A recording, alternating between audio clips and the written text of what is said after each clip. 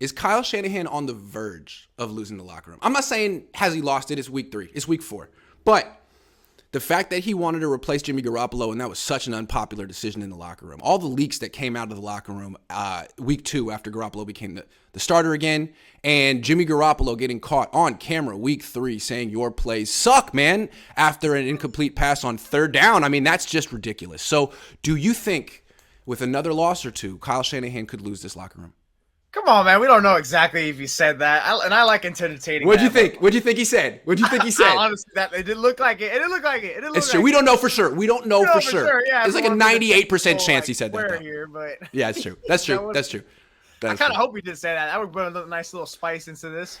No, I don't think he's on the verge. I think ultimately the locker room will only get lost if like he's saying a bunch of things and it's just contradictory. I mean, I think they all still have faith in him. It's going to take a lot for him to lose it. And I think, look, the leaks didn't just start week 2. It's been starting like all year? Because even then after you had Joe Montana in February saying like, oh, the players don't want him. So I think even in December when like Trey was like, yeah, we can't. When Trey was thought to take over when we thought Jimmy was done when he tore his ligament in his hand.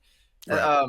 I think it was even starting back then, but I think at the end of the day, you're going to see that it's not going to be to that extremist. I think the only way you see the extremists is they start losing more games down the road. Then we can start saying on the verge.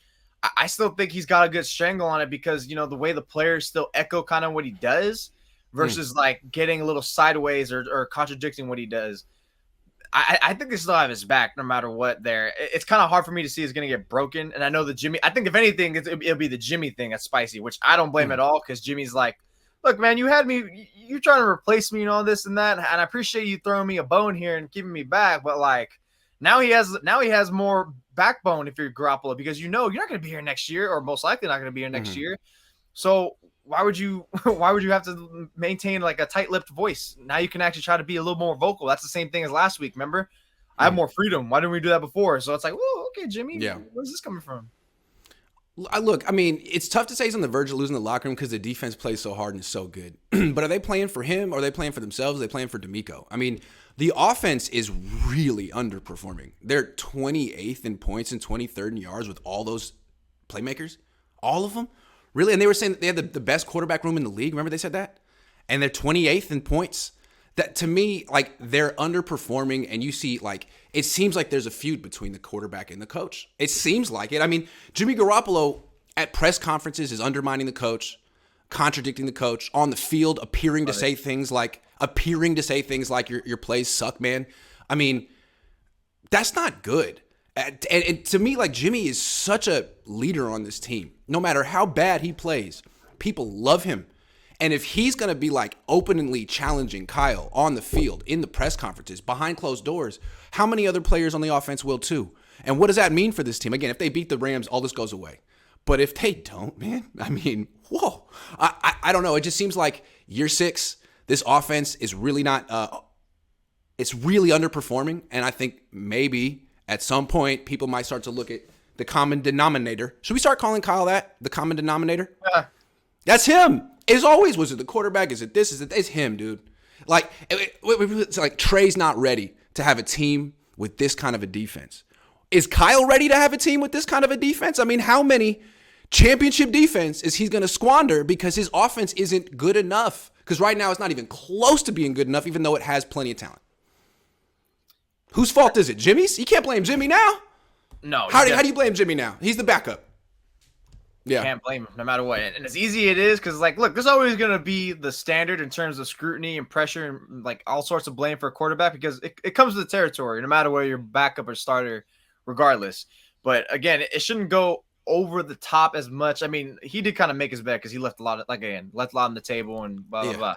But ultimately, like, as we said last week, is there more pressure or was it the same for Kyle? And there's more now because – you got to be Mr. Perfect now. By bringing Jimmy back, you essentially said my system is great, hence I'm okay to run Trey to the ground, which I'm wondering, did Kyle expect Trey to be his new secret weapon this year? And that's why, like, the Debo wasn't – because Debo runs are looking the same as last year. Exactly. All the wrinkles were Trey. All the wrinkles were Trey.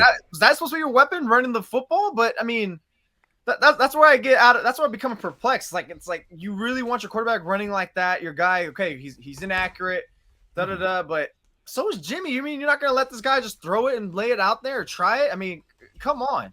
When Chip Kelly was here, he was an utter failure. And the reason he failed was he was a system From coach. UCLA? Oh, wait. Yeah, he was running the same stuff he'd been run for years. He didn't update it. He would have a good first quarter, first half because his up-tempo stuff, people weren't used to it. His script was good. Once you got past all that and the team, the opponent adjusted to the speed of their tempo and it was time for Chip Kelly to make adjustments in game, they would suck.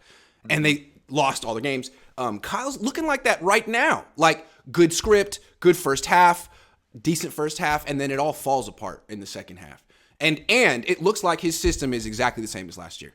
So he's starting to look like where the first 5 years here, he looked like a forward-thinking, cutting-edge offensive guru. Now he looks like a system coach whose system is starting to look like a little stale. And his underlings are like taking it to the next level and having success while he's over here trying to run the same stuff as last year. It's very interesting. So Kyle, I feel like everyone's kind of looking at you sideways, and including some people on your team. And now would be a great week for you to show that you were the genius the whole time and not Mike McDaniel or someone else, because people are wondering. I'm wondering.